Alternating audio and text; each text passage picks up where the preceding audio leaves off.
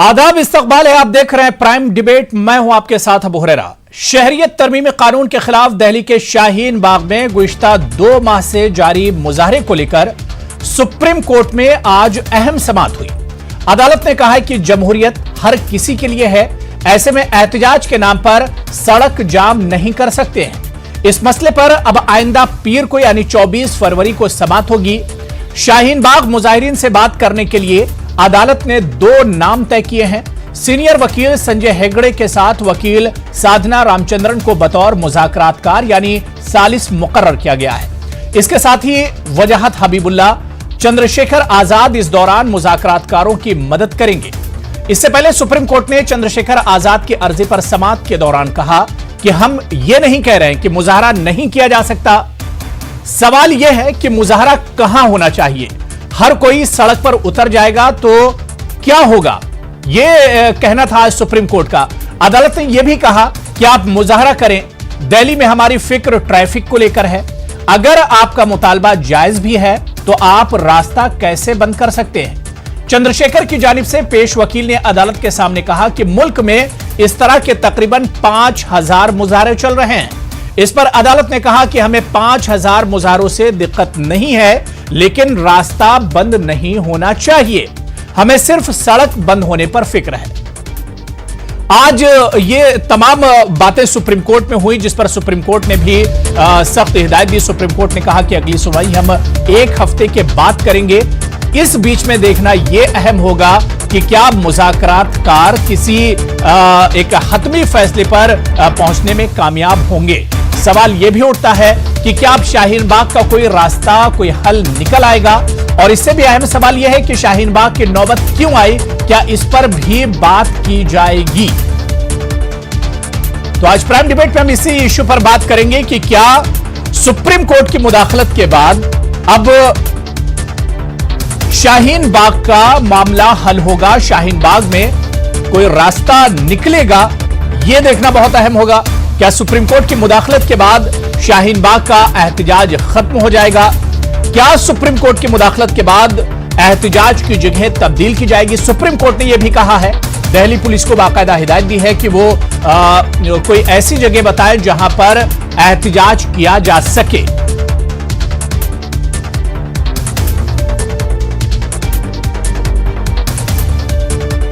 तो आज इसी अहम इश्यू पर हम बातचीत करेंगे। मेरे साथ बहुत खास मेहमान जुड़ेंगे, लेकिन इस वक्त मेरे साथ बहुत खास मेहमान मेरे साथ हमारे नुमाइंदे खुर्रम शहजाद जो लगातार शाहीन बाग को कवर करते रहे हैं, उनके साथ इस वक्त बहुत खास मेहमान वजाहत हबीबुल्ला साहब, साबिक इंफॉर्मेशन कमिश्नर हैं, वो मेरे साथ जुड़ गए। आपको हमने जैसा कि अभी पहले भी बताया था कि वजाहत हबीबुल्ला साहब, सीनियर वकील संजय हेगड़े और साधना रामचंद्रन, जिन्हें मुज़ाकरातकार एक तरह से मुकर्रर किया गया है शाहीन बाग के मसले को हल करने के लिए, इनकी मदद करेंगे वजाहत हबीबुल्ला साहब। वो खुद हमारे साथ प्राइम डिबेट में जुड़े हुए हैं।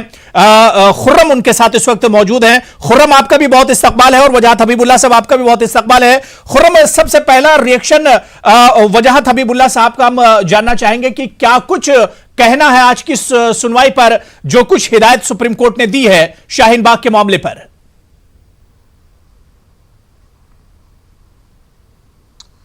बिल्कुल हुरैरा, हमारे साथ साबिक कौमी अक़लियती कमीशन के चेयरमैन वजाहत साहब मौजूद हैं। वजाहत सर, जिस तरह से आपको एक बड़ी जिम्मेदारी दी गई और कहा गया कि इस मसले के हल के लिए आप अपना बड़ा रोल अदा करें, क्या रिएक्शन है आपका? अब क्या जिम्मेदारी दी गई मैं इस वक्त तो कह नहीं सकता हूँ, इसलिए कि मैंने सिर्फ सुना है इसके बारे में। मैंने कोई ऑर्डर्स वगैरह देखे नहीं हैं, लेकिन जाहिर है कि मुझे फ़ख्र है कि सुप्रीम कोर्ट ने मुझ पर ऐसा भरोसा किया। लेकिन इसमें क्या करना है और किस तरह से करना है, इसको मैं अहकामात को पढ़ने के बाद ही कह सकता हूँ। इस तरह से देखें कि शाहीन बाग में जो एहतजाज शुरू हुआ, बल्कि पूरे मुल्क में ही एहतजाज की एक लहर चल रही है, इसके साथ साथ अगर हम वहाँ पर देखें तो उस सब के बीच में जो शहरियत कानून का मसला एक बीच में लगा हुआ है और शाहराह 65 दिनों से हम देखें वो बंद है, तो जो बातचीत करने की आपको जिम्मेदारी दी गई कि आप जाएं बातचीत करें, कोई शाहराह खुलवाने का काम हो, इस मसले पर कोई मुज़ाकरात की बात हो, उसमें आप कैसे रोल देखते हैं? ये तो जाहिर है कि सुप्रीम कोर्ट ने ये देखा है, इसके बारे में ये ज़रूर बताया है कि शाहराह को बंद नहीं होना चाहिए। बुनियादी तौर पे बात ये है कि सुप्रीम कोर्ट ने ये भी कहा है कि अमन के तरीक़े से एहतजाज का इजहार करना भी एक बेसिक राइट है, और ये है बार बार सुप्रीम कोर्ट ने ये रूल किया है कि धारा 19(1)(a) के तहत ये इस किस्म के डेमोन्स्ट्रेशंस जायज़ हैं। तो अगर ऐसा है कि वो जायज़ है तो फिर ये भी जायज़ है कि लोगों का चलने फिरने का हक़ भी एक जायज़ हक़ है, और ये भी एक फंडामेंटल राइट है, राइट लिबर्टी ऑफ मूवमेंट। तो अगर उसमें एक दूसरे के एहसास में या उसके इस्तेमाल में दूसरे के हक़ पे कुचलने की बात चलती है, तो जाहिर है कि एक न दूसरे को इसके पीछे हटना पड़ेगा। ये कैसे हो सकता है? एक दूसरे का एहतराम करके। तो मेरी ये कोशिश यही होगी कि जो एक हक़ है, और बुनियादी हक़ हर एक हिंदुस्तानी की है ये, कि एक दूसरे का हम एहतराम करें, और अगर एक दूसरे का एहतराम हम करेंगे तो फिर मेरे ख्याल में कोई झगड़ा हो ही नहीं सकता है। तो मेरा क्या काम होगा कि ये लोगों से बात करके उनसे ये तय पाएँ कि क्या तकलीफ़ क्या हो रही है, और किस तरह से वो अपना एहतजाज का इजहार कर भी सकते हैं, लेकिन औरों के हुकूक पे कोई टकराव ना आने के नतीजे में। हम लोग गए थे, शाहीन बाग भी गए थे, क्योंकि जब इस तरह का ऑर्डर आया कि उनको मुतबादिल मकाम के सिलसिले में बातचीत होनी चाहिए, उन लोगों का कहना था कि ये बातचीत तो हो रही है, लेकिन हम 65 दिनों से यहाँ पर बैठे हुए हैं, हम चाहते हैं कि सरकार हमसे हमारे मसले पर बात कर ले। जाहिर है अगर ये उनका मसला है, अभी तो मुझसे किसी ने बात की नहीं है तो मैं आपको क्या कह सकता हूँ, लेकिन वहाँ न सिर्फ जिन लोगों से आप मिले थे जाहिर है, लेकिन और भी ग्रुप्स हैं, और हर एक की अपनी राय होगी।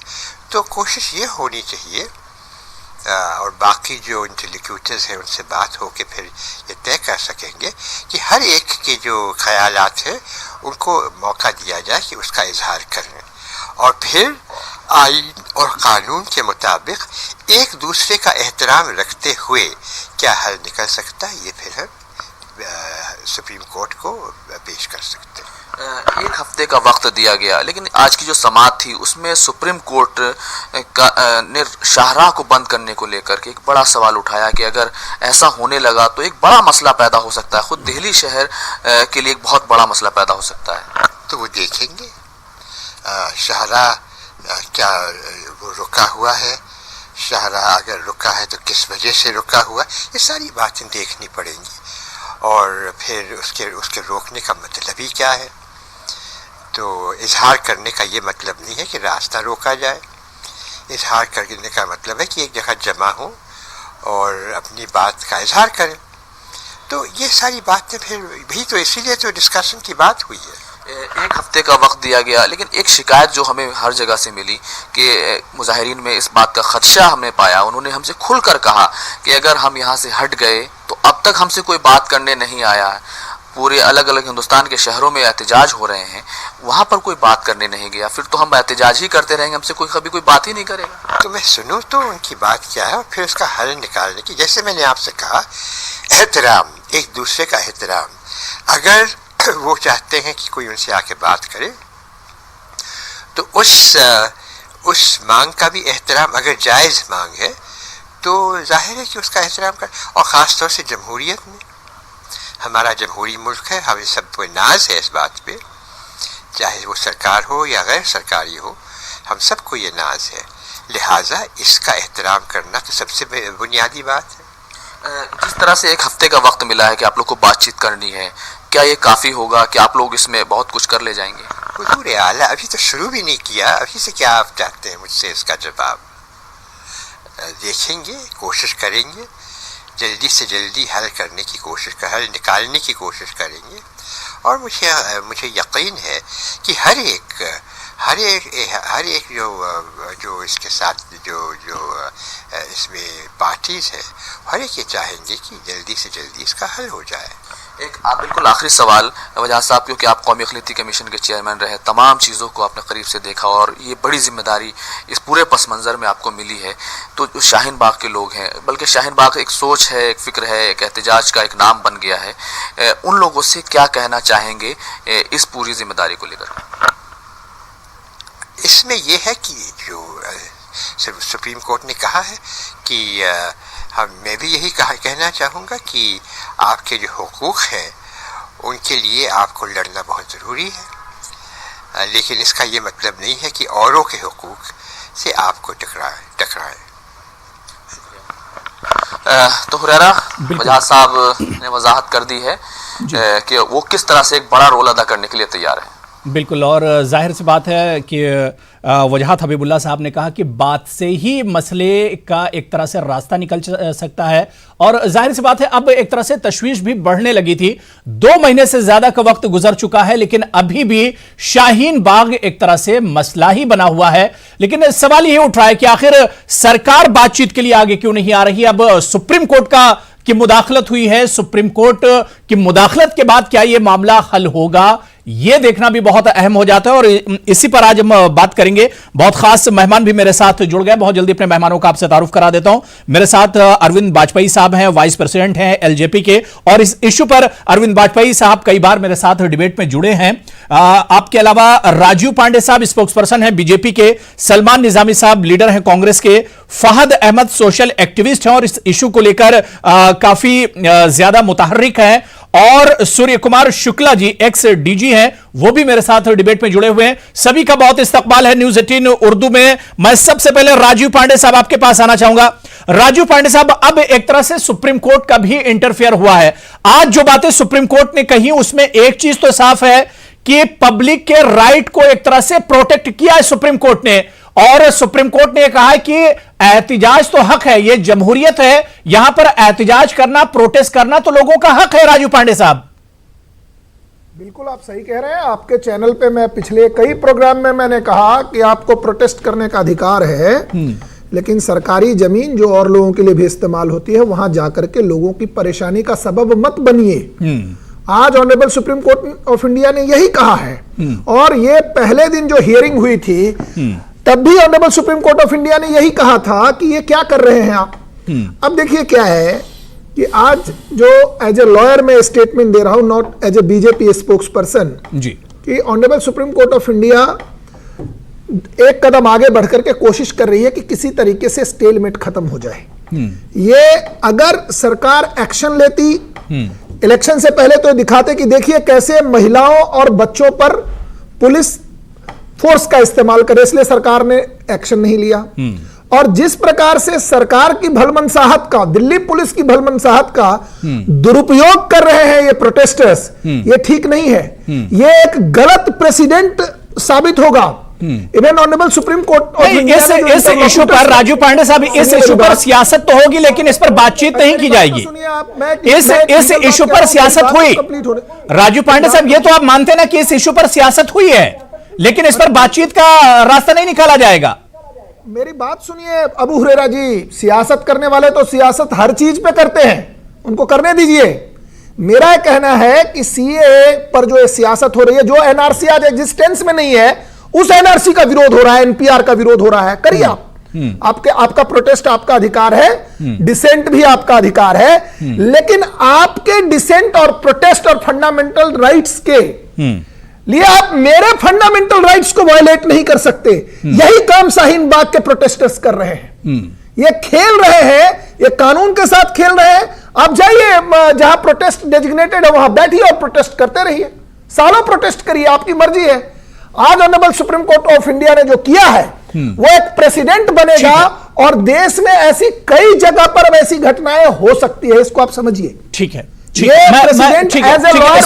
नहीं लग रहा। ठीक है राजू पांडे जी, इस पर और बात करेंगे। मैं अरविंद बाजपेयी साहब आपके पास आऊंगा। जो बात राजू पांडे साहब कह रहे हैं कि इस पर एहतिजाज आप करते रहिए, एहतिजाज आपका हक है, जमहूरी हक है एक तरह से, और इस पर एहतिजाज करते रहिए। मतलब जिस तरह से राजीव पांडे जी कह रहे हैं या अरविंद बाजपेयी साहब, पिछले 2 महीने से हम देख रहे हैं कि सरकार इस पर एक तरह से खामोश है। अमित शाह जी ने एक तरफ कहा कि हम बातचीत करने के लिए तैयार हैं, हमारे दरवाजे खुले हैं, और जब बातचीत करने के लिए लोग आगे बढ़ते हैं तो उन्हें रोक दिया जाता है। मतलब क्या है कि यह एहतिजाज चलता ही रहेगा?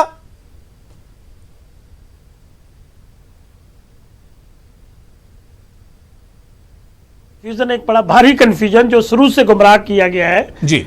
CAA पे बात नहीं होगी।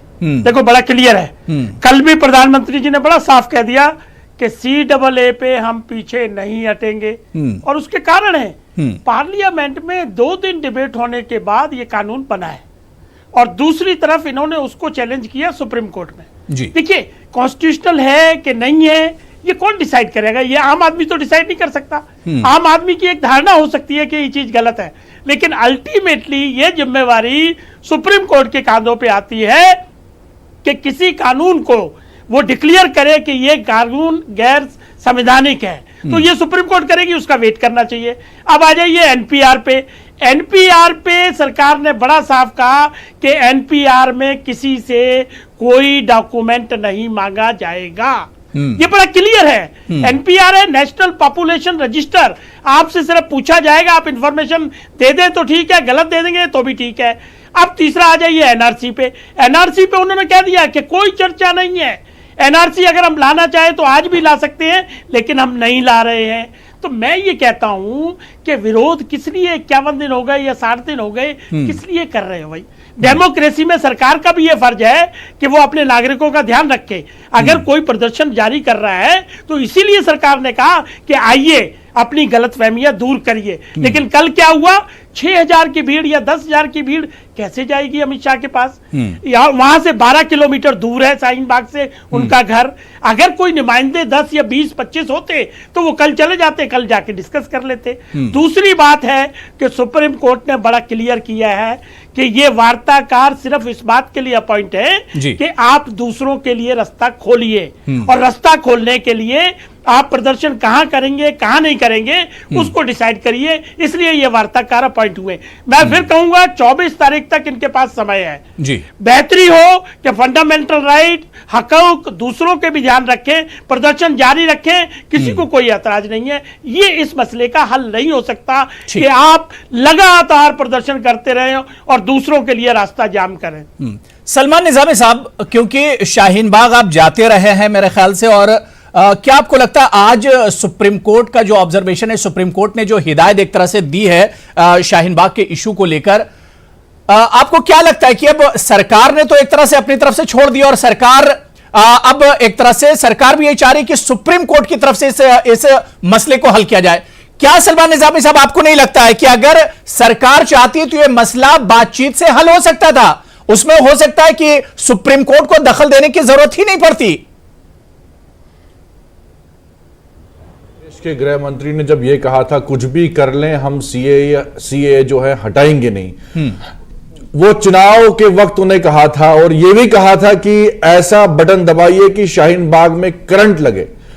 और जब वो हार गए, अब गृह मंत्री बोलते हैं कि मैं उनसे बातचीत करने के लिए तैयार हूं।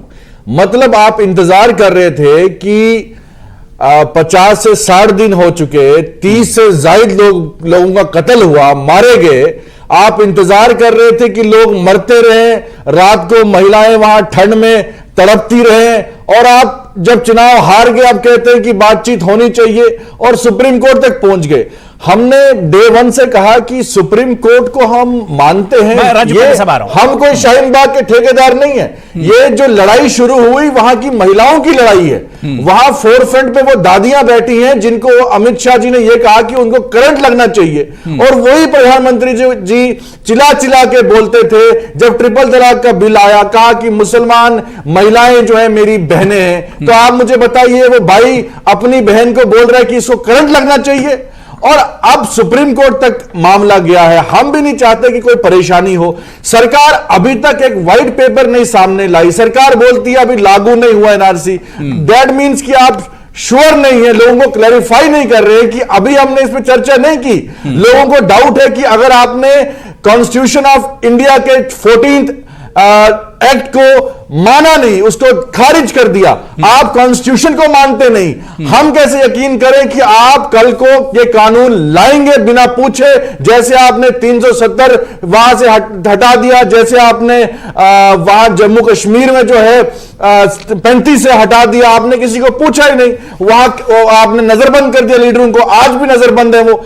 ऐसे ही लोगों में एक डर अभी भी है कि सरकार कुछ भी कर सकती है। अभी तक इन्होंने व्हाइट पेपर नहीं लाया है कि ये कह दें कि हम एनआरसी इस देश में लागू नहीं करेंगे।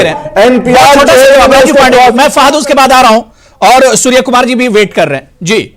राजू पांडे जी, बहुत छोटा सा जवाब, जो बात सलमान निजामी साहब कह रहे हैं, बहुत छोटा सा जवाब सुन लीजिए। सबसे पहले तो अमित शाह जी ने ये नहीं कहा कि सीए पर मैं बात करने के लिए, प्रधानमंत्री जी ने कल वाराणसी के पवित्र स्थल से बोल दिया है कि हम सीए पे पीछे नहीं हटने वाले हैं। पहली बात, उन्होंने कहा किसी को कंफ्यूजन है, समझ में नहीं आ रहा है, आपको बेवकूफ बनाया जा रहा है, आपको लीगल समझ नहीं है, तो आप मेरे पास आइए, मैं एक्सप्लेन कर दूंगा। एक प्रधानमंत्री झूठ बोला, देखिए झूठ बोला, प्रधानमंत्री ने झूठ बोला जब ये देश में डिटेंशन कैंप नहीं है।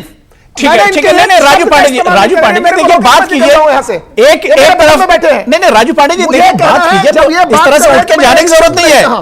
राजू पांडे जी, अगर आप लोग कंफ्यूजन दूर नहीं करेंगे, इस तरह से उठ के चले जाएंगे, क्या मैसेज आएगा पब्लिक में? हम ये नहीं बोलेंगे कि गोली मारी। ठीक है, सलमान निजामी साहब सुन लीजिए, सलमान निजामी साहब सुन लीजिए जी। राजू पांडे जी कंटिन्यू कीजिए। कह रहा हूं ये अपने समय पर बात करें, मैं आपसे बात ठीक है, जनता से यहां बात करने आया हूं।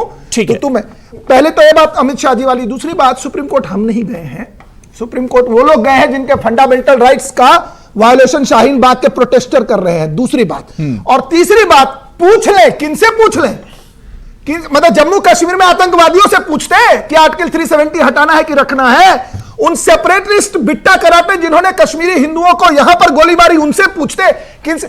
2 दिन तक पार्लियामेंट में बहस हुई। 2016 में यह सीएए आया था और यह लैप्स हुआ बिल। यह बिल कम से कम 3 साल से पब्लिक डोमेन में था और लोगों पर इस पर चर्चा हो रही थी। चर्चा होने के बाद दोनों सदनों में लोगों ने भारी बहुमत से इस बिल को पास किया। और आज, जैसे Vajpayee ji as a lawyer उन्होंने सही कहा है कि आज इस एक्ट को अब केवल एक ही फोरम क्वैश और सेट असाइड कर सकता है, उसका नाम है honourable Supreme Court of India, जहां 75 से ऊपर पिटीशन पेंडिंग है। लेकिन ये जो लोग हैं वेस्टर्न इंटरेस्ट वाले, शाहीन बाग वाले, बिल्कुल मसले का हल निकलना चाहिए, मसले का हल निकलना चाहिए। राजू पांडे जी, मैं 2 महीने से ज्यादा हो गए जी। सलमान निजामी साहब बहुत छोटा सा देखिए रिएक्शन दीजिए, मैं फहद आ रहा हूं उसके बाद। देखिए, इन्होंने कश्मीर की बात की, कश्मीर में 70% लोगों ने वोट दिया, कॉन्स्टिट्यूशन ऑफ इंडिया पे यकीन किया और वहां के असेंबली को इन्होंने पूछा नहीं। दूसरी बात, अगर शाहीन बाग इन्होंने बोला कि वहां ये जो है हरकतें कर रहे हैं, आप क्यों नहीं कार्रवाई करते किसी पे?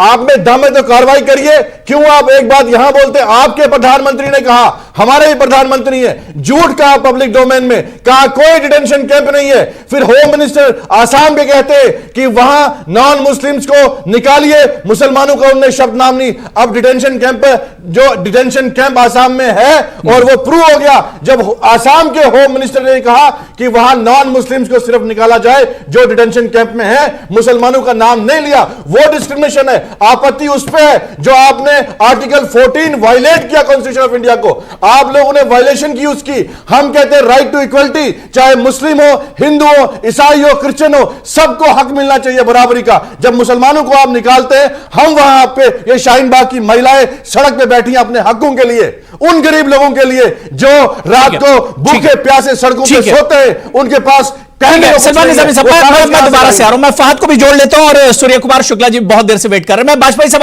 आपका रिएक्शन भी लूंगा, थोड़ा सा मैं सारे लोगों को डिबेट में जोड़ लेता हूं। मैं फहद आपके पास आ रहा हूं। फहद, अब जाहिर सी बात है कि अब मुदाखलत सुप्रीम कोर्ट की हो गई है। सुप्रीम कोर्ट ने 24 तारीख तक बातचीत का मौका दिया है कि बातचीत के जरिए मसला हल किया जाए। सुप्रीम कोर्ट मानता है कि आप प्रोटेस्ट कर सकते हैं, एहतिजाज कर सकते हैं, मुजाहरा कर सकते हैं, यह अवाम का हक है जमहूरी निजाम में, लेकिन रास्ता नहीं रोका जा सकता है। फहद, सुप्रीम कोर्ट ने भी साफ साफ कहा है कि किसी को परेशान नहीं किया जा सकता है, परेशान करके एहतिजाज नहीं किया जा सकता है। देखिए हुरैरा भाई, ये पूरी जो शाहीन बाग की एक इमेज है जो मीडिया के जरिए से और ट्रॉल्स के जरिए से दिखाई जा रही है, वो बड़ी गलत और झूठी इमेज है। और एक बात बार बार बोली जाती है कि साहब आप इतने दिन हो गए, अब रास्ता खोल देना चाहिए, अब इतने दिन हो गए रास्ता खोल देना चाहिए। यहां पर कोई वहां पे कोई नाच गाने का प्रोग्राम नहीं था कि इतने दिन हो गए अब रास्ता बंद कर दे। आप ये बताइए कि जिन मुद्दों के लिए वहां पर लड़ा जा रहा था उन मुद्दों का कितना हल हुआ। और ये जो सुप्रीम कोर्ट ने कहा है, सुप्रीम कोर्ट ने आज यही बात बोला है कि हम नहीं रोक सकते किसी को प्रोटेस्ट करने के लिए। आपको मालूम है उत्तर प्रदेश सरकार ने 2 रास्ते वहां पर बंद कर चुके हैं जो खोले जा सकते थे। शाहीन बाग के लोगों ने वीडियो वायरल किया, मैं आपको बताता हूं। एक माया फ्लाईओवर का रास्ता है, बेबाक के बंद कर रखा है ताकि ट्रैफिक बढ़े। एक रास्ता जो है वो वहां पर परियोजना है एक उत्तर प्रदेश सरकार की शाहीन बाग के बराबर में, इरिगेशन डिपार्टमेंट, उन्होंने भी रास्ता बंद कर रखा है। असल में ये इस तरह से पूरा पिक्चराइजेशन हो रहा है। आप मुझे ये बताइए, इतने दिनों से आंदोलन कर रहे हैं, उसके बाद भी सरकार ने अभी तक बातचीत नहीं की, इसका मतलब सरकार इंटरेस्टेड नहीं है। एक बात और बहुत जिम्मेदारी से कह रहा हूं, इस देश के अंदर जितने भी शाहीन बाग चल रहे हैं उनको सिर्फ एक आदमी खत्म करा सकते हैं, वो हमारे देश के माननीय प्रधानमंत्री जी हैं। माननीय प्रधानमंत्री जी को यह करना चाहिए कि सब जगह से 2-2 लोगों का डेलीगेशन बुला के बातचीत करें। आप मुझे ये बताइए कि ये बोल रहे हैं कि 10,000 महिलाएं कल चल के जाने लगी, अमित शाह कैसे मिलते?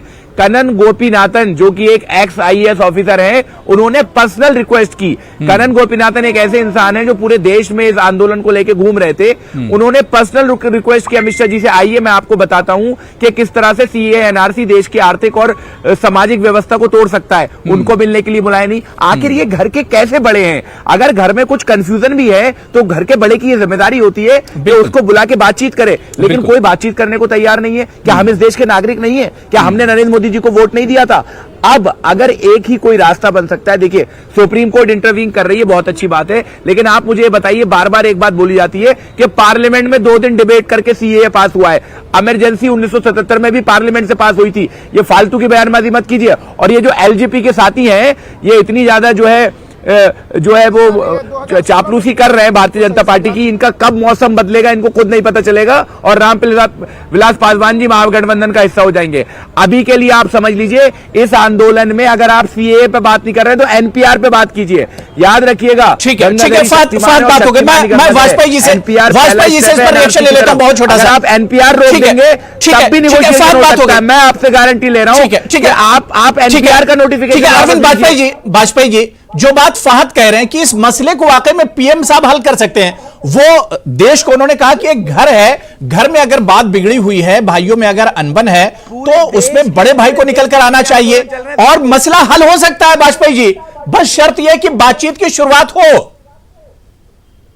बिल्कुल हो सकता है और हम मसला हल करने के लिए ठीक है। फहद अब सुन लो, फहद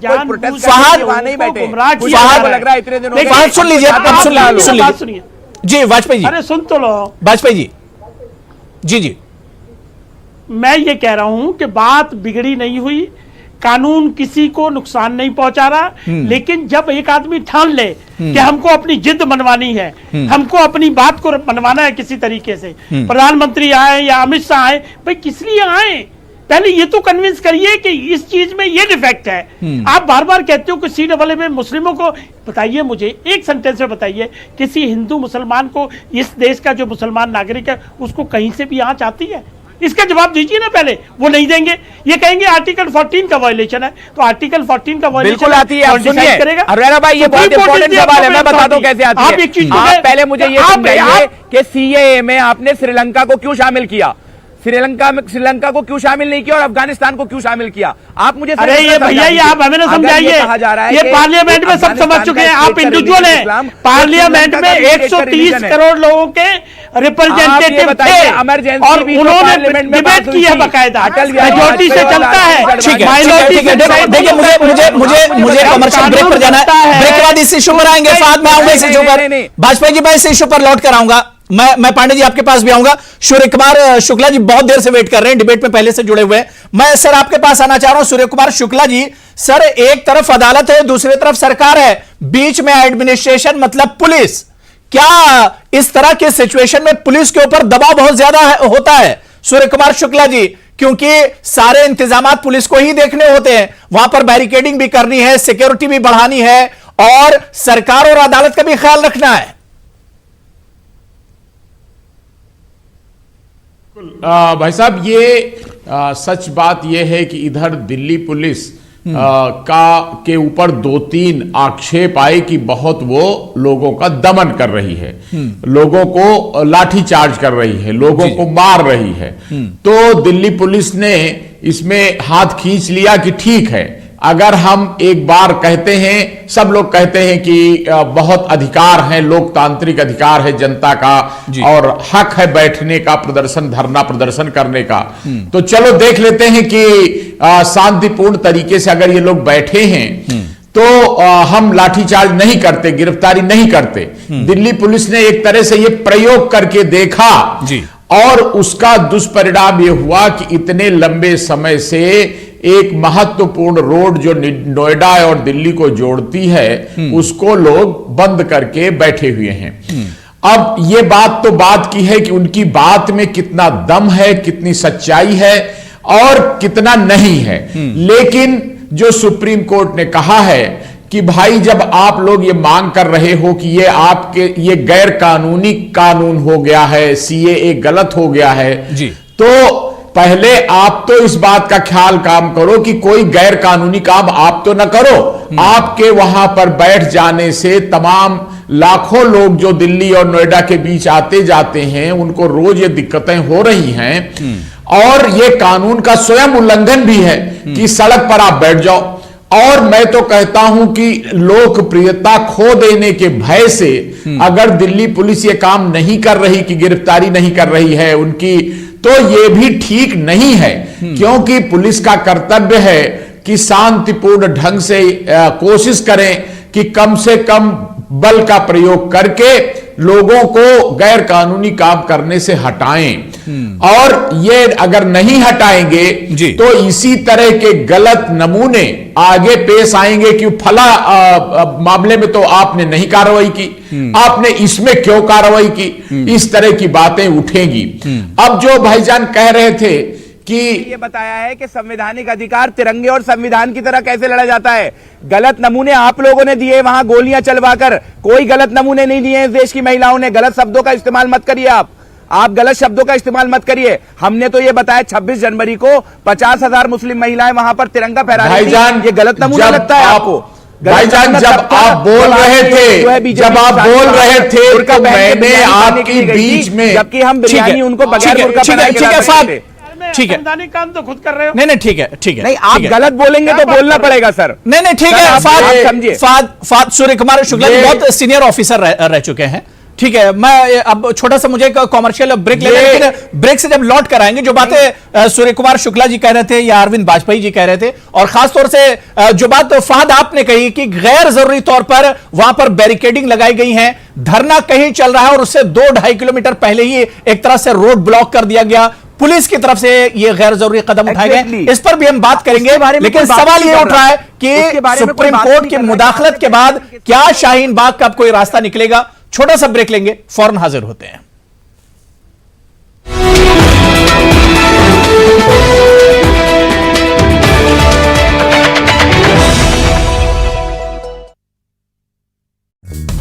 शक्ति ताजगी से भरपूर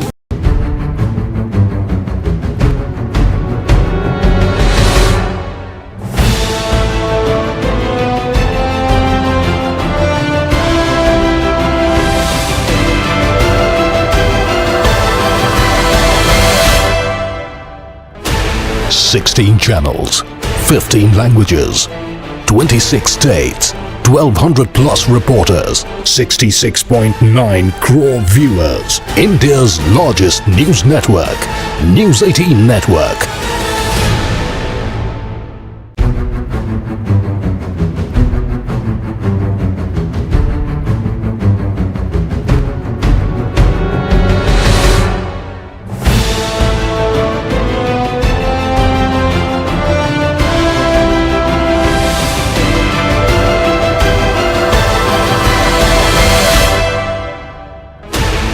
Sixteen channels, 15 languages, 26 states, 1,200 plus reporters, 66.9 crore viewers. India's largest news network, News 18 Network.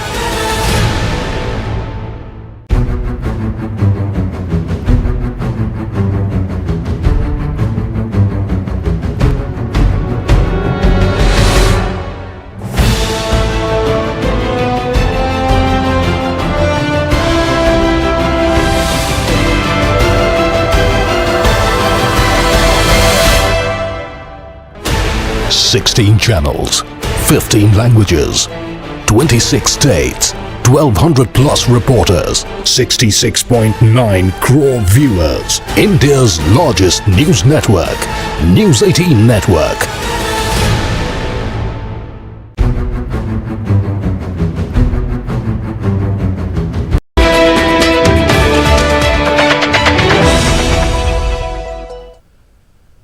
तो सवाल ये उठ रहा है कि शाहीन बाग पर अब सुप्रीम कोर्ट ने मुदाखलत की है। सुप्रीम कोर्ट ने हिदायत दी है, बाकायदा अब इसमें मसालिहतकार एक तरह से रखे गए हैं।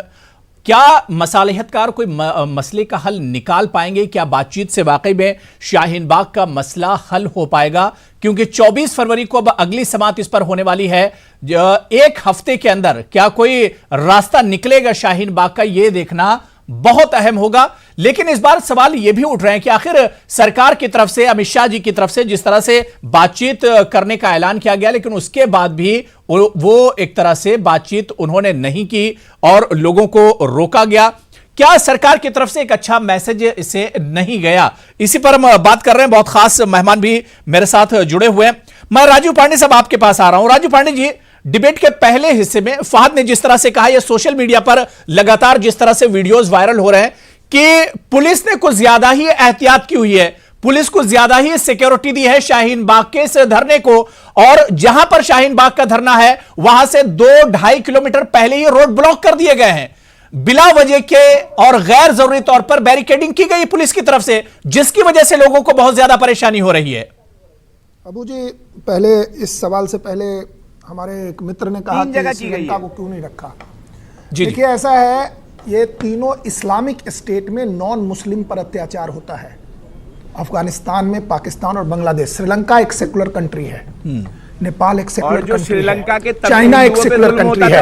ये जो अभी आप इस्लामिक टेरर फैला रहे हो, जो लोग हैं इस्लामिक मुस्लिम नहीं है, वो आपने पूरे श्रीलंका में जो तमिल हिंदुओं पर जुल्म हो रहा है उसकी बात कौन करेगा?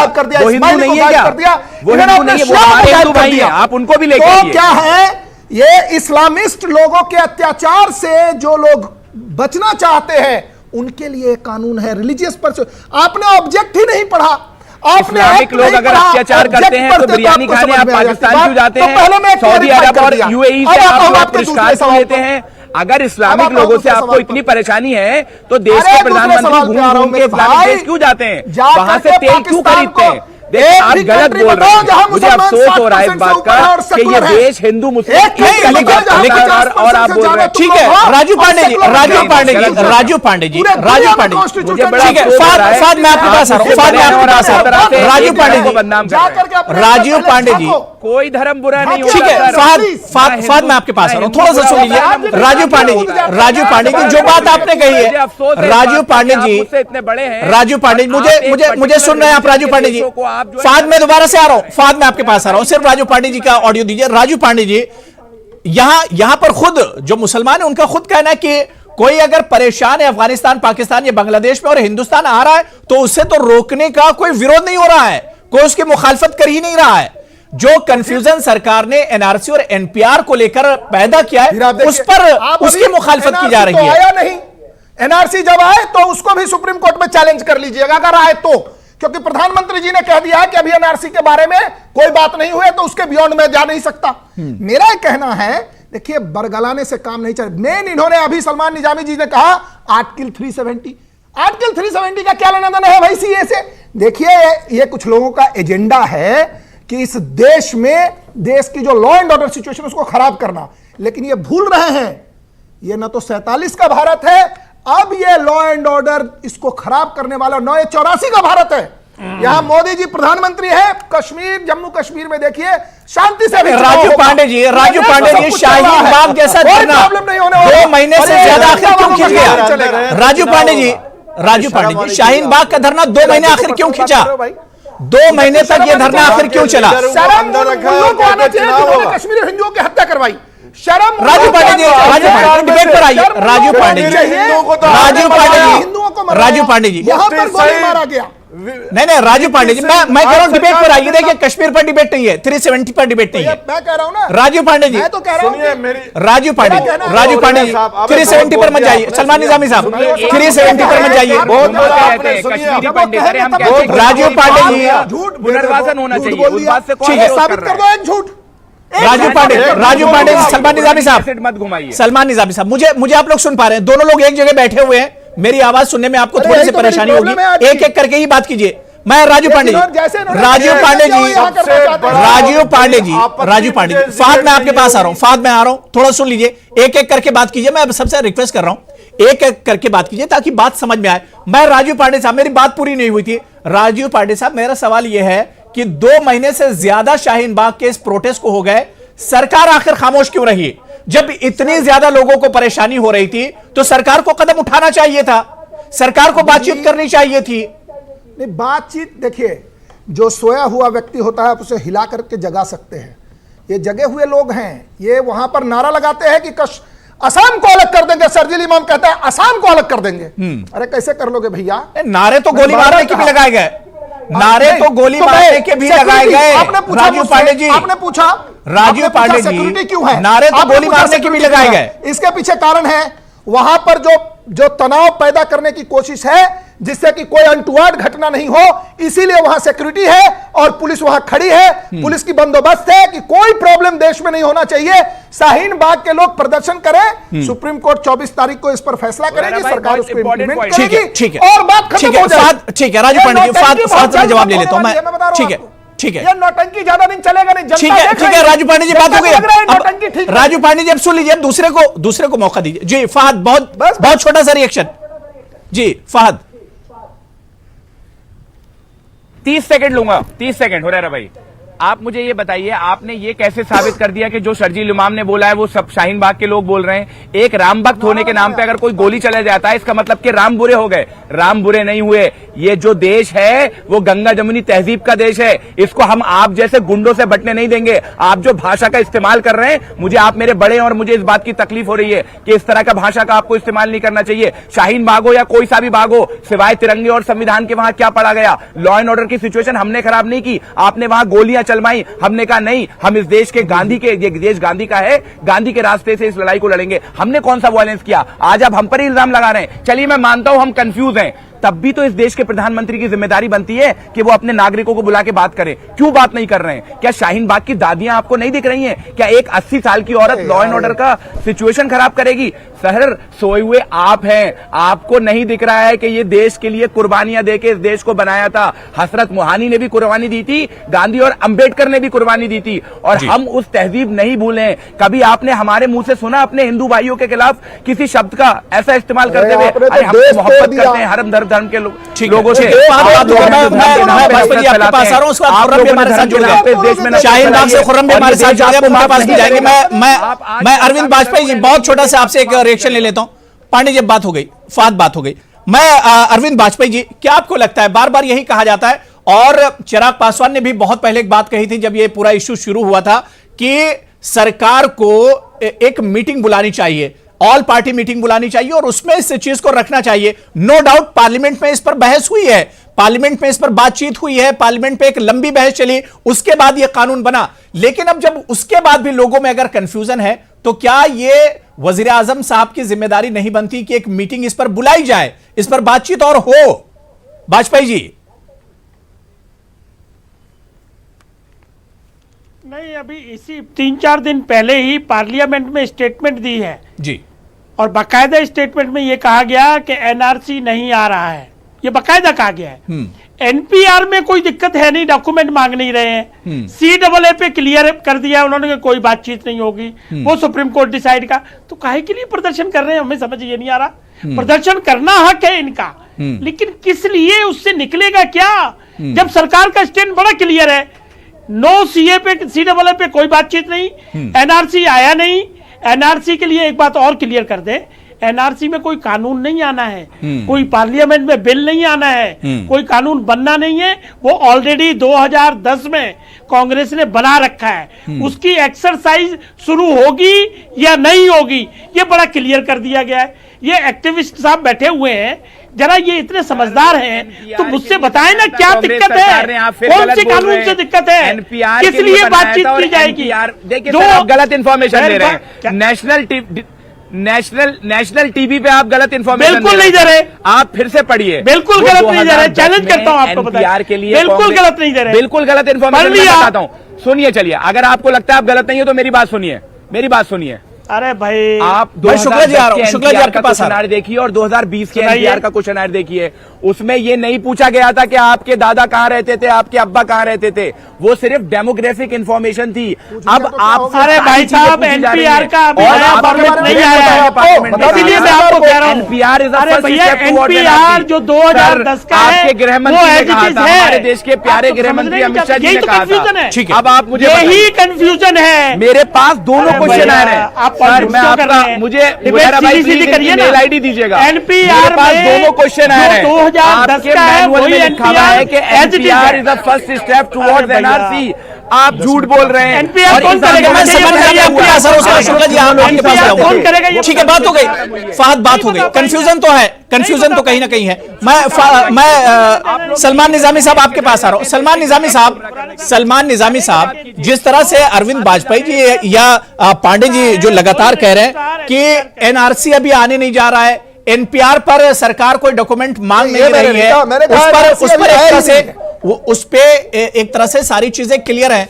मैं सिर्फ ये समझना चाह रहा हूं, जो लोग लगातार पूरे मुल्क में एहतजाज कर रहे हैं, क्या वो बेवकूफ हैं? क्या वो इस चीज को समझ ही नहीं रहे हैं? सलमान निजामी साहब, सिर्फ सरकार को टारगेट किया जा रहा है इसके जरिए।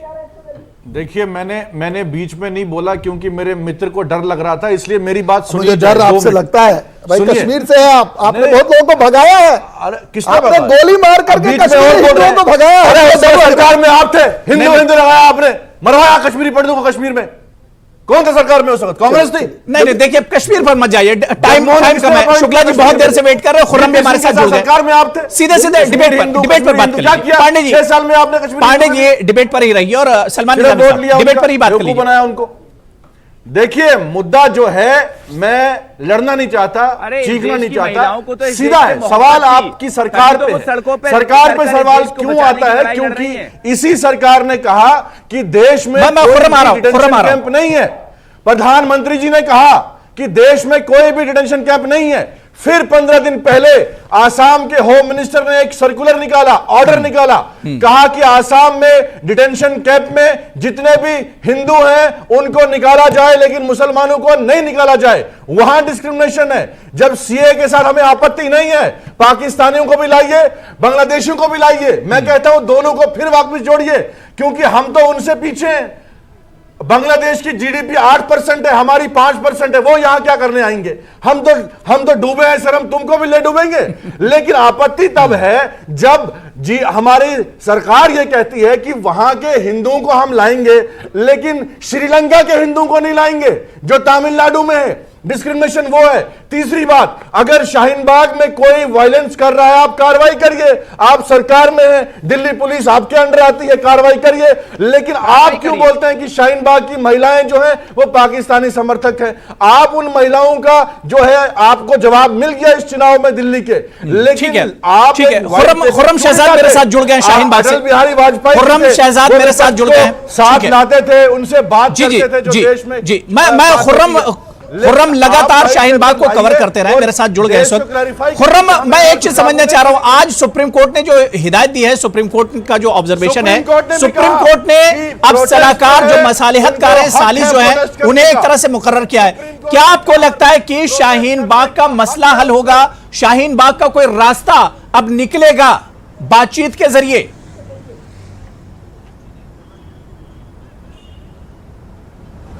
देखिए हुरैरा, अब तक जिस तरह की बहस हो रही है उस सबके बीच में मैं एक बात, एक खदशा जो है शाहीन बाग के लोगों का, मैंने उनसे बात की, उन्होंने साफ तौर पर कहा है कि 65 दिन हो गए हमें यहाँ पर बैठे हुए, हमसे कोई बात करने नहीं आया। हमसे क्या, पूरे हिंदुस्तान में जो तमाम एहतजाज हो रहे हैं, तमाम लोग अपनी आवाज़ उठा रहे हैं, उनसे कोई बात करने नहीं गया। और अब हमसे कहा जा रहा है कि आप शाहरा खाली कर दीजिए, आप हट जाइए। तो अगर हमने खाली कर दिया तो हमसे फिर कभी कोई बात करने ही नहीं आएगा। कि यानी कि 65 दिन 2 महीने से ज्यादा हो गए। अगर इतना टाइम लग जाता है लोगों को बातचीत करने के लिए तो एक बड़ा सवाल और खदशा जरूर पैदा होता है। तो ऐसे में सवाल यह है कि जिस तरह से सुप्रीम कोर्ट ने कहा है कि ये मुज़ाकरातकार, ये मसालतकार वहां पर जाएंगे और बातचीत करके मसले को हल कराने की कोशिश करेंगे, इसमें बड़ा सवाल यही है कि जिस तरीके से शहरियत कानून को लेकर के बातचीत नहीं हुई है वो बातचीत कब होगी। अगर एक शाहराह को खाली कराने के लिए सुप्रीम कोर्ट को मुदाखलत करनी पड़ती है, कुछ लोगों को भेजना पड़ता है कि आप जाइए बातचीत करिए, दिल्ली पुलिस की तरफ से कोई पहल नहीं होती, मरकजी हुकूमत की तरफ से कोई पहल नहीं होती, दिल्ली हुकूमत की तरफ से कोई पहल नहीं होती, इलेक्शन हो जाता है और उस सब के बीच में शुक्ला जी शाहीन बाग एक कलीदी मुद्दा बनकर उभरता है और उसके बाद भी बातचीत नहीं होती, तो एक बड़ा सवाल तो हुरैरा जरूर खड़ा होगा। और यही वजह है शाहीन बाग के लोग कह रहे हैं कि हम नहीं हटेंगे और इसलिए नहीं हटेंगे कि हमसे कभी कोई बात ही करने नहीं आएगा। हुरैरा तो ये बड़ा सवाल है हमारे सारे लोगों के लिए, हमारे पूरे सिस्टम के लिए। हुरैरा बिल्कुल। शुक्ला जी मैं आपके पास आना चाहूंगा। शुक्ला जी, जो लोग डटे हुए हैं शाहीन बाग पे, जाहिर सी बात है पिछले 2 महीने से ये लोग एहतिजाज कर रहे हैं, सरकार की तरफ से इस पर एक तरह से कोई बातचीत के लिए पहल हुई नहीं। अमित शाह जी ने कहा तो जरूर कि हम बातचीत करेंगे, लेकिन जब लोग बातचीत करने के लिए निकले तो उसके बाद एक तरह से उन्हें भी रोका गया। सवाल जो खदशा है, जो बात खुर्रम कह रहे थे सूर्य कुमार शुक्ला जी, कि इतने दिन हम बैठे हैं लगातार प्रोटेस्ट कर रहे हैं और अगर हम यहां से हट जाते हैं तो फिर जो बातचीत की एक रोशनी नजर आ रही है, जो एक उम्मीद नजर आ रही है, वो भी एक तरह से हाथ से निकल जाएगी।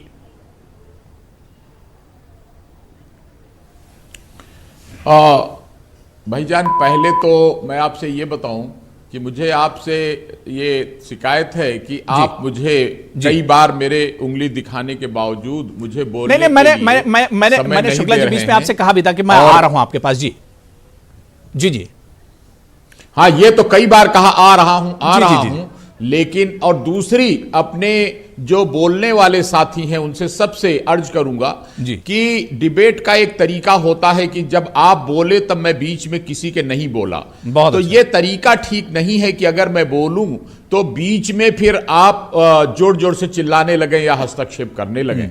तो मेरा अर्ज आपसे यह है कि प्लीज जब मैं बताता हूं तो आप सुनिए, जब आप बोलते हैं तो मैं सुनूंगा। बिल्कुल। और तीसरी बात कि हमारे बहुत से मुस्लिम भाई ये कह रहे हैं, ये चाहते हैं कि पाकिस्तान से, बांग्लादेश से, अफगानिस्तान से हमारे साथियों को, मुस्लिम भाइयों को भी आने दिया जाना चाहिए। तो इस बारे में अभी कुछ ही दिन पहले लखनऊ में हिस्टोरियंस की एक मीटिंग हुई, उसमें इस पूरे टॉपिक पे बहुत विचार विमर्श हुआ और उसमें यह निकला कि भाई अगर ये बात उठती है तो यद्यपि देश के हित में यह है कि हिंदू मुसलमान जात पात मजहब की बातें ना हो, नहीं तो इनसे देश कमजोर होता है। देश को मजबूत बनाने के लिए हर मजहब, हर जात पात के लोगों को मिलजुल करके रहना जरूरी है। सही। लेकिन जब ये बात उठी है तो ये जान लेना जरूरी है कि सन 1947 में जब मोहम्मद अली जिन्ना साहब और मुस्लिम लीग के नुमाइंदे के तौर पे उन्होंने डायरेक्ट एक्शन की धमकी दी और भारी खून खराबा देश में इस बात हुआ था कि मुसलमान भाइयों के लिए अलग पाकिस्तान उनकी आबादी के मुताबिक दे दिया जाए। और अगर आप चाहते हो कि वहां, और नेहरू लियाकत पैक्ट में यह तय हो गया था कि वहां से जो हिंदू सिख वगैरह आएंगे उनको यहां की सिटीजनशिप दी जाएगी और यहां के मुस्लिम भाई अगर पाकिस्तान जाएंगे तो वहां की दी जाएगी। अब अगर आप चाहते हो कि उनको भी सबको आने की छूट दे दी जाए तो फिर ये बात इस्तेमाल हुआ था, प्लीज हिंदू मुस्लिम शब्द का इस्तेमाल नहीं हुआ था। प्लीज सुन लीजिए, प्लीज सुन लीजिए, प्लीज सुन लीजिए। जब Fahad, please don't interrupt, please don't interrupt. सुन लीजिए फहद, सुन लीजिए, मैं आ रहा हूं। पहले मैं पहलू तब आप बताइए। पहले शुक्ला जी बात पूरी कर लीजिए, बात पूरी कर लीजिए। मैं ये निवेदन कर रहा हूं कि मैं ये कह रहा हूं कि अगर इस मजहब के आधार पे जमीन का बंटवारा दुर्भाग्य से हो ही गया था तो वो जमीन सहित सब लोगों को आने दीजिए ना, कि फिर से पूरा देश एक बने, पाकिस्तान, बांग्लादेश, हिंदुस्तान सब लोग एकजुट हों। और जो बहुत से लोगों का सपना है कि गलत हुआ था, हमारा देश बट गया था, तो वो सारा देश फिर से एक हो और सारी जमीन, सारा सामान फिर से एक मिलाया जाए। ये खाली ना हो कि आप पहले तो मजहब के आधार पे जिन्ना साहब के दबाव में जिस तरह कांग्रेस ने, नेहरू जी ने, गांधी जी ने ये बात मान ली थी, और अब आप कहिए कि हमारे साथियों को भाई वहां से आने दीजिए, तो ये नेहरू लियाकत पैक्ट और देश के बंटवारे का जो बहुत छोटा सा एक रिएक्शन दीजिए, मैं उसके बाद पानी आ रहा हूं हो रहा है। ठीक है शुक्ला जी, मेरे ख्याल से बात हो गई जी। फहद, बहुत छोटा सा रिएक्शन। देखिए, आप हमसे बड़े हैं और हम आपकी रिस्पेक्ट भी करते हैं, बीच में बोलना भी नहीं चाहते थे, लेकिन अफसोस ये है कि आप इतनी इनकरेक्ट बात बोल गए कि मुझे बीच में टोकना पड़ा। जो नेहरू और गांधी पैक्ट था उसमें हिंदू और मुस्लिम शब्द इस्तेमाल नहीं हुआ था, उसमें माइनॉरिटी का वर्ड का इस्तेमाल हुआ था, और हिंदुस्तान के अंदर माइनॉरिटी मुसलमान है। और आपने कितनी पुरानी कैसेट निकाली है, आपको यह नहीं पता पाकिस्तान से ज्यादा मुसलमान आज हिंदुस्तान में रहते हैं? आपको यह नहीं पता कि हम लोगों ने, जब हम पे ऑप्शन था पाकिस्तान चुनने का, तब हमने हिंदुस्तान चुना था। हमने कहा था हम उस खूबसूरत गुलदस्ते में रहेंगे जिसमें हर कलर का फूल हो। और आप सोचिए आज कौन सी ताकतें जो है इस देश में राज कर रही हैं, जिन्होंने क्विट इंडिया का विरोध किया, जिन्होंने इस बात का विरोध किया कि संविधान नहीं होना चाहिए, जिन्होंने तिरंगे का विरोध किया। क्या अब हम उसकी बातें करें या आज मौजूदा हालात की बात करें? ठीक है, आपने ठीक है। मैं राजू पांडे आपके पास आ रहा हूं। राजू पांडे देश के राजू पांडे जी, अब सुप्रीम कोर्ट, जाहिर सी बात है सुप्रीम कोर्ट को अब एक तरह से दखल देना पड़ा है। क्या अब लगता है कि सुप्रीम कोर्ट तो जाहिर सी बात है कि मसले का हल निकालने की पूरी कोशिश होगी, और इसी वजह से सुप्रीम कोर्ट ने जो इंटरलोक्यूटर्स हैं उन्हें एक तरह से मुकर्रर किया है, लेकिन क्या सरकार को इस पर पहल नहीं करनी चाहिए? यहां पर फहद ने भी यही बात कही, सलमान निजामी साहब ने यही बात कही, और अरविंद वाजपेयी जी ने भी यही बात कही कि मसले का हल होना चाहिए, मसले का हल निकलना चाहिए, सरकार को आगे आना चाहिए इसके लिए। अबू जी, मौलाना आजाद जी ने कहा था कि जितना भी गंदा पानी था वो पाकिस्तान और बांग्लादेश चला गया, लेकिन आजकल भारत में बहुत लोग हैं उस गंदे पानी को लाने की कोशिश कर रहे हैं, क्योंकि वो गंदा पानी था वो चला गया, क्योंकि उन्होंने अपना देश चुन लिया, Islamic state of Pakistan and Bangladesh. जहां तक बात है कि बातचीत में आपको बार बार लाने की बात नहीं हो रही राजू पांडे जी, देखिए लाने की बात नहीं हो रही, यहां से जो लोगों को एक डर है कि उन्हें निकाला जाएगा, उस पर लोग अपने डर की वजह से इस तरह से डटे हुए हैं। राजू पांडे जी, लाने की बात नहीं हो रही है। राजू पांडे जी, लाने की बात कौन कर रहा है? रिलीजियसली प्रोसिक्यूशन भाई, आप एक जिम्मेदार एंकर हैं, आप इस तरह की गलत बयानबाजी मत कराया करिए अपने डिबेट में। इसका भारत के किसी भी शहरी पे लागू नहीं होता। अब आप राजू पांडे जी, लाने की बात कहां हो रही है? लाने की बात कहां हो रही है? अरे वो तो इसीलिए कह रहे हैं ना कि आपने मुसलमान को इसमें से अलग कर दिया। 50 साल से आप ये कहते थे वो अपने कंट्री में गए हैं जहां इस्लामिक स्टेट है, अगर हिंदू वहां पर शरिया लॉ चलता है, चलाओ अपना वहां पर जाकर के वही चलाओ। मैं एक दूसरी बात कर रहा हूं, आपने पूछा बातचीत क्यों नहीं? नहीं राजू पांडे जी, मैं ये कह रहा हूं कि क्या सरकार को एक रास्ता नहीं निकालना चाहिए? सरकार को क्या रास्ता नहीं निकालना चाहिए? इसी तरह से एहतजाज और प्रोटेस्ट होते रहेंगे पूरे मुल्क में। राजू पांडे जी, मुझसे बेहतर आप जानते होंगे पूरे मुल्क में प्रोटेस्ट हो रहे हैं के लिए सरकार बस जुमले देंगे। इल मोटिवेटेड प्रोटेस्ट है, 2 करोड़ ये protest 15 lakh politically motivated protest है। ये प्रोटेस्ट केवल एक सरकार को बदनाम करने की कोशिश है। ये प्रोटेस्ट देश में लॉ एंड ऑर्डर को खराब करने की कोशिश है। सरकार की जिम्मेदारी कोई भी मसला हो राजू पांडे जी, सरकार की ही जिम्मेदारी बनती है कि सरकार उसमें पहल करे और उस मसले का हल निकाला जाए। अब देखना यह बहुत अहम होगा, 1 हफ्ते का मौका सुप्रीम कोर्ट ने दिया है, क्या शाहीन बाग का रास्ता सुप्रीम कोर्ट की मुदाखलत से निकलेगा, यह देखना बहुत अहम होगा। बहुत बहुत शुक्रिया अरविंद वाजपेयी साहब मेरे साथ जुड़ने के लिए, कीमती वक्त देने के लिए। खुर्रम, आपका भी बहुत बहुत शुक्रिया। राजू पांडे साहब, सलमान निजामी साहब, फहद अहमद, सूर्य कुमार शुक्ला जी, आपका भी सर बहुत बहुत शुक्रिया प्राइम डिबेट में जुड़ने के लिए और कीमती वक्त देने के लिए। आदाब।